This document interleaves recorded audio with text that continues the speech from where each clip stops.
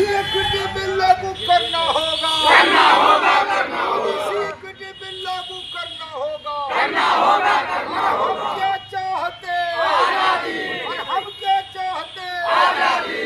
जातिवाद से आजादी, और ब्राह्मणवाद से आजादी, गैर बराबरी से आजादी, गैर बराबरी से आजादी, और ब्राह्मणवाद से आजादी, मनुवाद से आजादी। और हम क्या चाहते आजादी, हम क्या चाहते आजादी। यूजीसी बिल लागू करना होगा, करना होगा, करना होगा। यूजीसी बिल लागू करना होगा, करना होगा, करना होगा। इसमें जातिवाद बंद करो, बंद करो, बंद करो। इसमें जातिवाद बंद करो, बंद करो, बंद करो। एंट्री बंद करो, बंद करो, बंद करो। एंट्री बंद करो, बंद करो। कॉलेजियम सिस्टम बंद करो, बंद करो, बंद करो। आज किन मांगों को लेकर के आप लोग प्रदर्शन कर रहे हैं? आप जानते हैं कि भारत आज़ाद हुआ 1947 में, और 1947 के बाद जब हमने संविधान को अंगीकार किया तो बाबा साहब ने संविधान बनाया कि इस देश में जो आरक्षण लागू होगा वो सामाजिक आधार पर लागू होगा। वो सामाजिक आधार मतलब उनका ये था कि जो जाति पिछड़ा हुआ है, जो निम्न जाति है, जिसके पास जमीन नहीं है, इन आधार पर बाबा साहब भीमराव ने आरक्षण की प्रणाली निर्धारित की। लेकिन आज 78 वर्ष गुजर गए और हमारे देश में आज आप देखिए विश्वविद्यालय में जो ओबीसी का कोटा है, जो एससी का कोटा है, जो एसटी का कोटा है, वो आज भी भरा हुआ नहीं है। मतलब ये साफ है कि हम लोगों को बराबर होने देना नहीं चाहता है। हमको इस देश में बराबर का जो अधिकार मिलना चाहिए वो अधिकार हमको देना नहीं चाहता है। विश्वविद्यालय के कैंपस में आप देखिए जाति के नाम पर भेदभाव किया जाता है।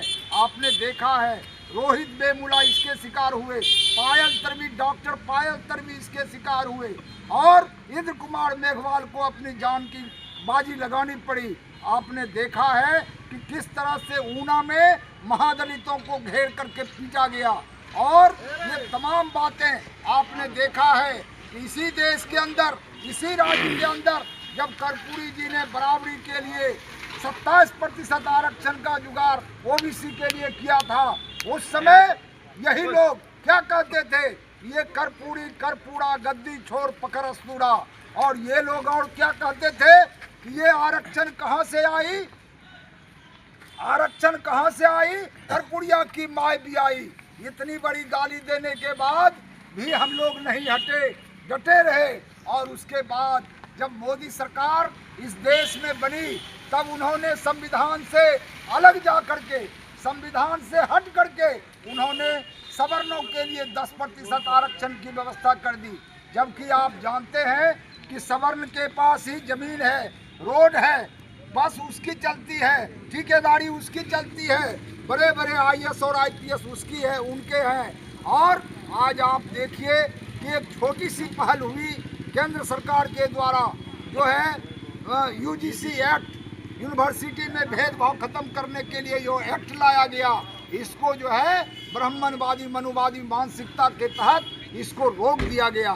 तो हम चाहते हैं कि यूजीसी एक्ट लागू हो, जिससे कि हमारे लड़कों को, हमारे बच्चों को भी बराबरी का हक मिल सके, हम भी आगे बढ़ सकें, हम भी बराबरी का दर्जा प्राप्त कर सकें, इस देश की सेवा हम भी बराबरी से कर पाएँ, हम ये चाहते हैं। और इसलिए आज हमारा जो है ये मैंने यूजीसी एक्ट लागू करने के लिए और विभिन्न तरह के मांगों को इसके साथ हम जो है आज हमारा 17 तारीख कर्पूरी जी का जो है पुण्यतिथि के अवसर पर हमने जो है ये मार्च को संगठित किया। और अब हम जो है जाकर के अंचलाधिकारी और प्रखंड विकास पदाधिकारी को ज्ञापन दे करके हम अपनी मांग को केंद्र और राज्य सरकार तक भिजवाने का काम करेंगे। यही हमारा उद्देश्य है। इसको लेकर आप क्या कह रहे हैं?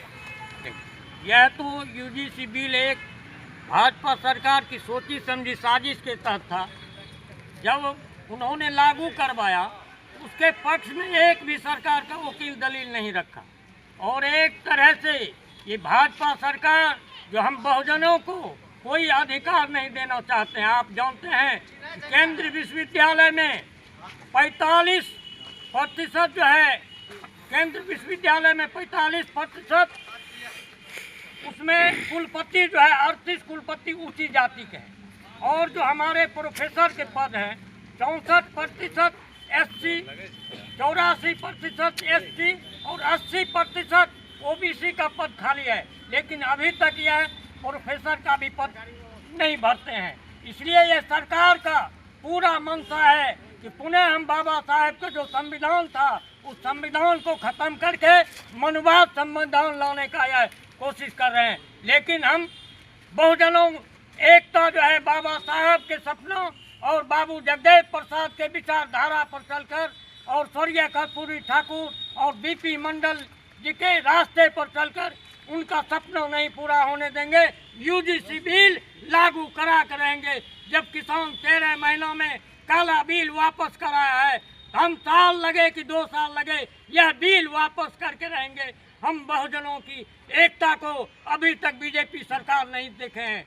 अपमानजनक जब तेली शब्द कह करके प्रधानमंत्री को अपमानित किया, फिर भी हमारे बहुजन जो 131 को सांसद हैं SC ST के, आज तक उनके मुंह में ताला लगा हुआ है। यह दुर्भाग्य की बात है।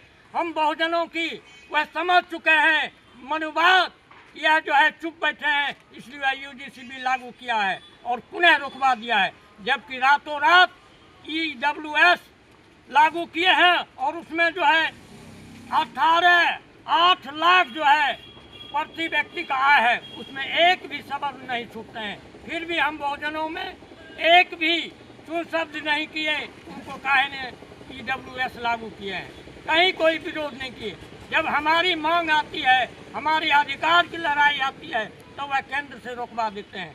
लेकिन मैं आप लोगों को आगाह कर देना चाहता हूँ कि हम बहुजनों में एकता है और जिस तरह चाहे हमारा खून पसीना बहेगा, हम UGC बिल लागू करवा कर रहेंगे, चाहे साल भर लगे कि 2 साल लगे। सड़क से सदन तक हमारी लड़ाई शुरू है। आज परबत्ता में कर्पूरी ठाकुर जी के पुण्यतिथि पर हम यह पद यात्रा किए हैं और आगे भी मेरा संघर्ष जारी रहेगा।